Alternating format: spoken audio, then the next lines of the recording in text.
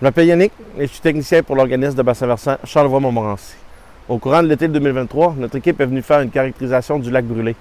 Les données prélevées nous ont permis de déterminer si la santé du lac avait changé depuis sa dernière caractérisation qui a été faite en 2007. Le lac brûlé, c'est un lac de tête et fait partie du grand bassin versant du lac Nerne. C'est un lac peu profond. Son point le plus profond n'est que de 2,5 mètres. Lors de notre passage, la température moyenne était de 19 degrés, et ce, sur toute la profondeur du lac. La concentration en oxygène dissous oscillait autour de 4,8 mg par litre. Il est important de mentionner qu'une concentration inférieure à 5 mg par litre limite la survie des poissons, notamment par une diminution des périodes d'alimentation et de reproduction. Ce faisant, le lac brûlé est limitant pour le maintien d'une population de poissons. Basé sur nos résultats, l'état de santé du lac a légèrement diminué dans le temps et demeure au même état de vieillissement qu'il était en 2007, c'est-à-dire qu'il est classé comme étant un lac mésotrophe, un lac en milieu de vie. La dégradation de la qualité de l'eau est en partie attribuable à l'augmentation de la concentration de phosphore dans l'eau du lac.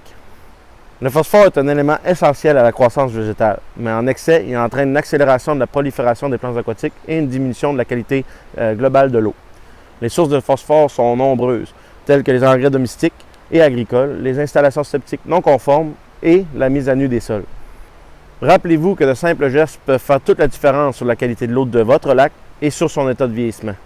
L'aménagement et la conservation d'une bande riveraine de plusieurs mètres entre les habitations et le lac est l'un des gestes les plus faciles à mettre en place et ayant le plus de chances aussi de retourner la situation.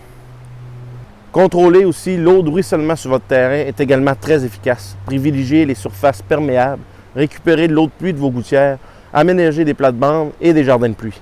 Finalement, veillez à la conformité et un bon entretien de votre installation septique ou encore privilégiez l'utilisation de produits ménagers sans phosphate. Pour plus d'informations, rendez-vous au www.charlevoixmontmorency.ca.